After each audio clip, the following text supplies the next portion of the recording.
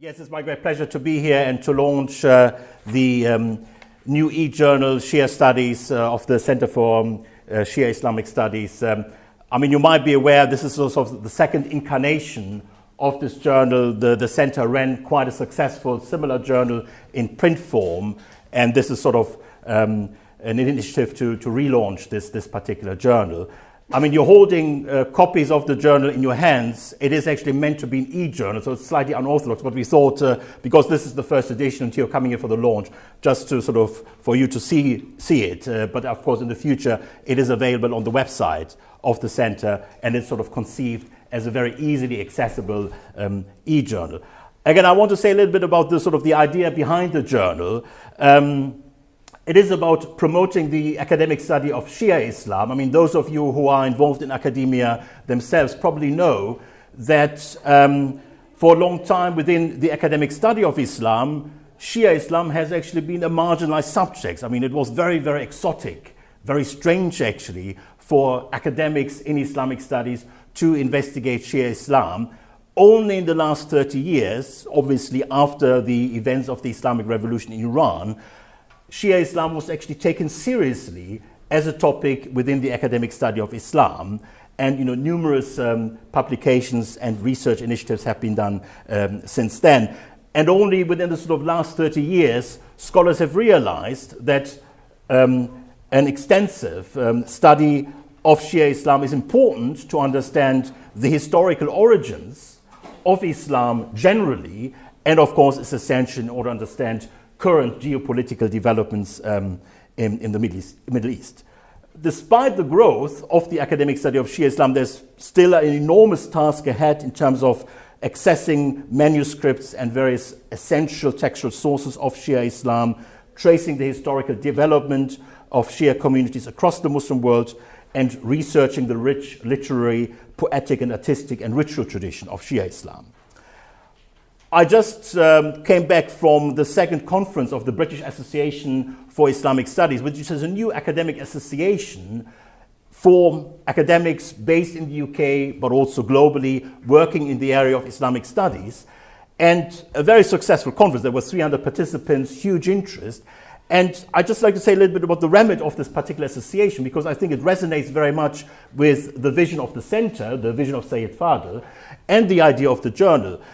This association was conceived to bring scholars in the area of Islamic studies together. And the word that was used by the people who came up with the idea of this association was synthetic, in the sense of bringing people who work, on the one hand, on very different areas of Islamic studies, to bring them together, and also to bring people of different faith perspectives, whether they are insiders in the Islamic tradition or outsiders, whether they are Muslims and non-Muslims. So there was a strong sense that the association should be inclusive.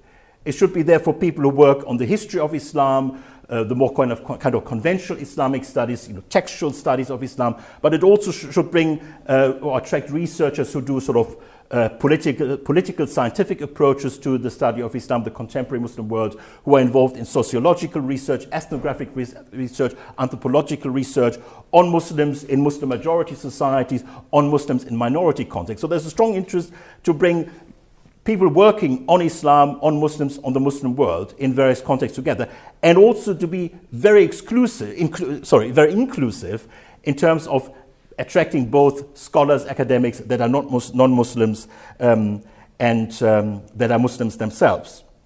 And I think in the past, what we've seen in the academic study of Islam, and certainly this is true for the academic study of Shia Islam, that there has been very little interaction between Western academics, working on Shia Islam in Europe and North America, with, if you like, representative scholars of the Shia tradition themselves.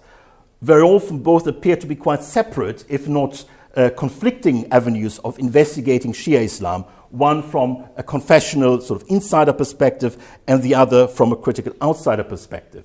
Now, things have obviously changed quite significantly. You have obviously a number of scholars that, coming from Western academic tradition, that have begun to seriously engage with scholarship and scholars, individual scholars, as part of their own research. I think Roy Motahedi, for example, would be quite an important example, sort of quite pioneering in terms of engaging seriously with scholarship coming from the Shia Hausa tradition. And then obviously we have sort of institutions that sort of came out Shia communities to promote the academic study of Shia Islam. I mean, the Institute of Ismaili Studies would be a very prominent example in terms of having, an excellent track record of producing research, academic research on Shia Islam of a very high quality. And I think another dynamic we can observe sort of in the last 10 years that you have, if you like, the children of immigrants of a Shia background in Europe and North America embarking on the study of Shia Islam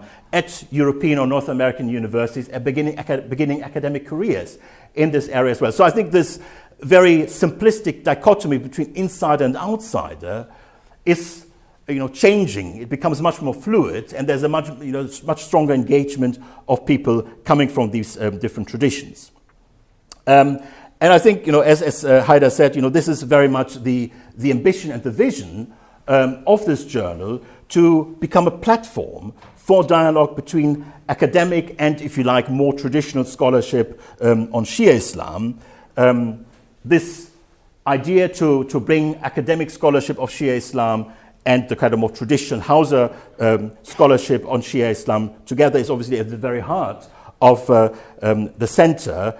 It is also something that we would like to promote at the Chester Center for Islamic Studies. We do, again, research on Shia Islam, both in its sort of historical and contemporary manifestations, and we are also very eager to engage and involve communities in our research. And this is really the way forward. I mean, there's increasing recognition within the academic community. You can't really do research on Islam, any aspect of Islam, on Shia Islam, without involvement of the community. This is the way forward. You need to make your research relevant to the needs and the concerns of the community. You need to make it accessible to the communities in order to make not just a contribution to research, but a contribution to wider society.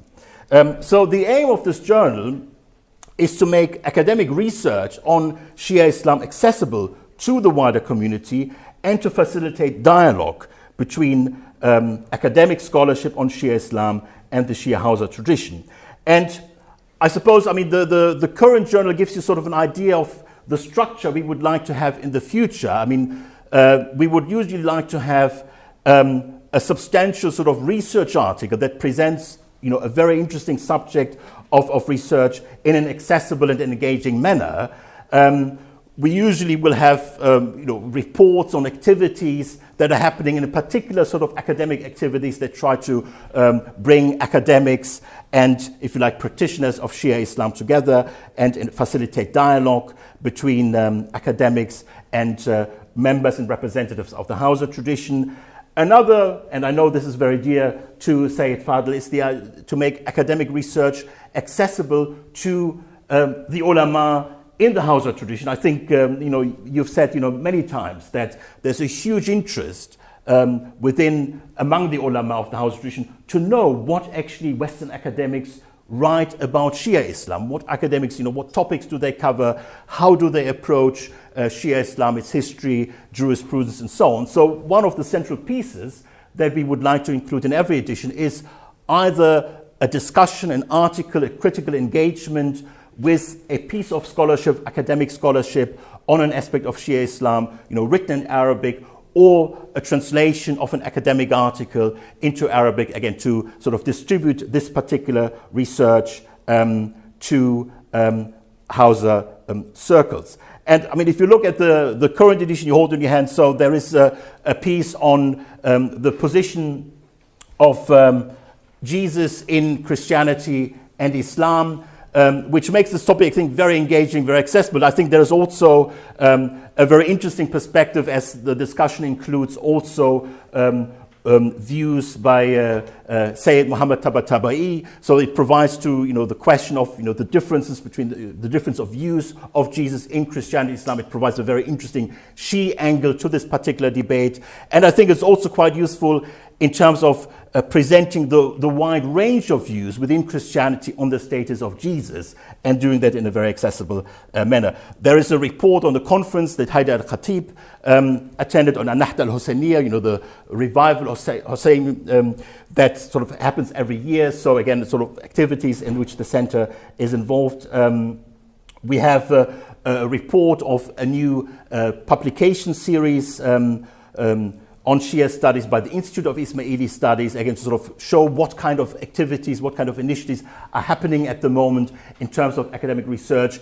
And then Sayyid Fadl kindly included also in Arabic a discussion of an article by Norman Calder on Khums in Arabic, sort of presenting the arguments put forward by Norman Calder, but also providing, if you like, a critical engagement with Calder's contribution on Khums, sort of highlighting the merits but also the shortcomings of this particular approach. So it is my great pleasure to be part of the launch and to support this journal. I should perhaps also say that the idea is to make academic research accessible, and we particularly invite contributions from graduate students, PhD students, young researchers who want to try out, publishing aspects of the research in a very accessible and fairly informal manner. So it's great that you've all come, but obviously if you're interested in making contributions to the journal, because that is obviously what we would need as editors, please do so and encourage others to do so. And again, we would like to have a whole range of different views. It doesn't matter whether you're working on textual aspects, historical aspects, if you do contemporary research that is sociological or ethnographic, we would like to include a wide range of approaches and a wide range of opinions.